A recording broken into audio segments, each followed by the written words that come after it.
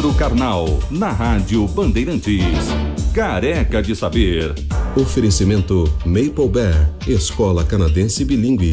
Matricule seu filho ou seja um parceiro. Professor Carnal, bem-vindo, boa tarde, boa semana para Vossa Excelência. Boa tarde, boa semana para todos nós. Eu só não corrigi a Thaís, porque eu estou ainda sem horário de verão, porque eu estou na Bahia. Então, eu não corrigi a Thaís. Aqui não tem horário de verão na Bahia. Este professor trabalha como testador dos programas de milhagem das companhias aéreas brasileiras. Exatamente. Professor, queria fazer uma pergunta hoje para o senhor aqui. A gente estava falando aqui agora com eu e a Thaís aqui sobre os candidatos que os partidos vão lançar, essa história de PMDB vir a pleitear aí, ser cabeça de chapa, essa coisa toda. Me lembrei aqui que existia no país, até bem pouco tempo atrás, uma esquerda. Parece que não há mais, porque tudo que se ouve falar de esquerda no Brasil hoje é alusivo a algum mal feito, a um ato de corrupção, essa coisa toda. Eu queria saber do senhor se o Brasil endireitou, como dizem certas fontes por aí, ou se sem uma esquerda é possível ter um processo democrático no país. Nós temos hoje partidos de esquerda mais orgânicos do que, por exemplo, a tradição do PT nesse momento, como o PSOL, como o PSTU, o PCO. Nós temos partidos mais orgânicos no sentido de que tem ainda militantes, são partidos pequenos, mas militantes expressivos, alguns nomes muito expressivos, como a deputada Luísa Erundina, o deputado Jean Willis, que se comportam ainda dentro dessa chave mais tradicional da esquerda, né? E nós temos os partidos mais conservadores, mas no geral a opinião pública, em geral, está nesse momento, talvez seja fruto da longa administração do PT ou do momento que nós estamos vivendo, ela está mais conservadora. Sempre houve uma grande camada conservadora. Eu sempre afirmei que se nós fizéssemos plebiscito sobre questões delicadas, como, por exemplo, a adoção de crianças por casais homoafetivos ou pena de morte, eu acho que a solução mais conservadora venceria esses plebiscitos.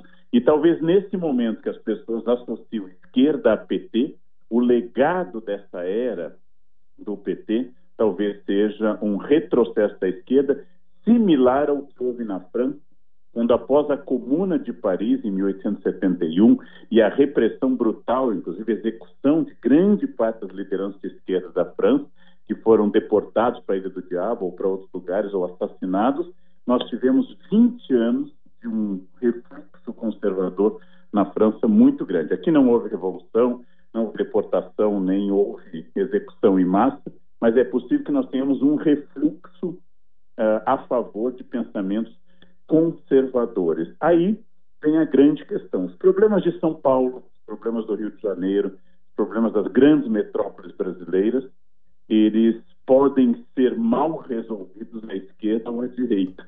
E todo mundo que assume hoje prefeituras problemáticas, governos problemáticos, vai se desgastar bastante. Resta, então, essa questão de cada vez mais o eleitorado pensar num administrador um pouco mais neutro, que não funcione dentro dessa chave tradicional política de esquerda e direita, que parece estar cansativo para o público.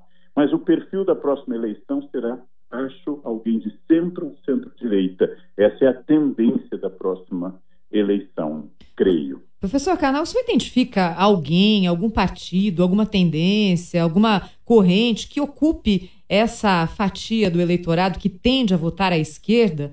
Tão vazio nesse espaço, professor? Muito vazio, muito vazio. E eu acho que os partidos pouco se deram conta que nós queremos nomes muito novos, nós queremos propostas muito novas, pessoas que não fiquem repetindo ideias tradicionais, pessoas que entendam que a Guerra Fria terminou em 1989, que não há mais União Soviética, que não há mais choque entre capitalismo e socialismo, a não ser em lugares muito tópicos, que os problemas que atingem as pessoas dizem respeito a saneamento básico, dizem respeito a conta, impostos, e não a um debate de quem foi Che Guevara, que não altera em nada, nem mais em Cuba, quanto mais no Brasil. Então nós precisamos de gente objetiva, que tenha entendimento de que esse momento é um momento que problemas muito concretos, muito reais das pessoas, são problemas específicos para a eleição. Candidatos que não fiquem com discursos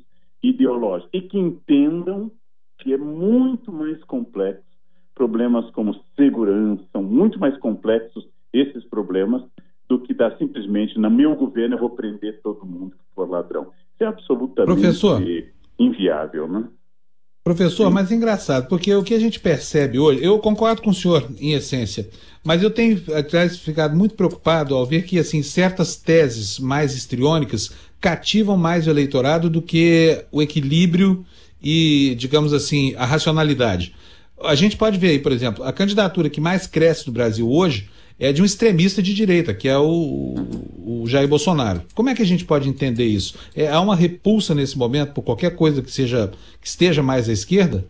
Acho que sim. Acho que Bolsonaro tem um grande privilégio sobre Lula ou outros, que é nunca ter exercido o poder executivo.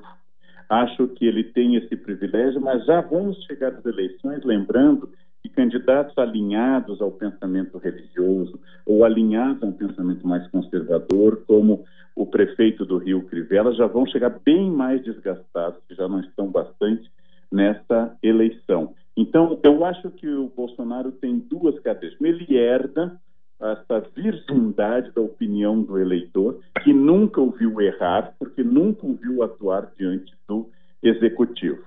Segundo, ele tem ideias muito claras, independente da gente gostar, ou você e eu podemos não gostar, mas as ideias são muito claras.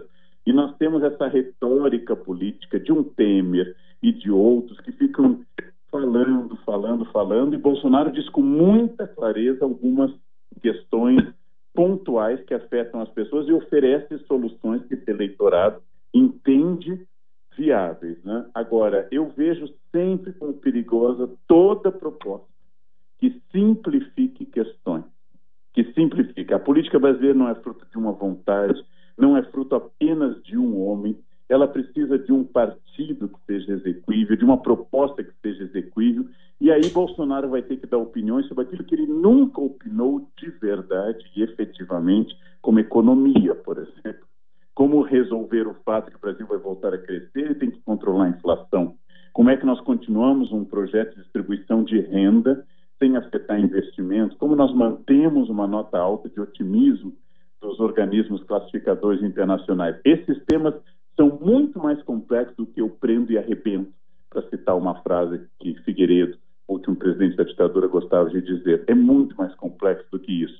E aí, num debate, isso é mais difícil de simplesmente dizer: no meu governo eu prendo bandido, no meu governo eu faço isso. Essa é uma tendência mundial. Lembra que o presidente das Filipinas se tornou popular autorizando pessoas de polícia a executar ladrões pessoalmente.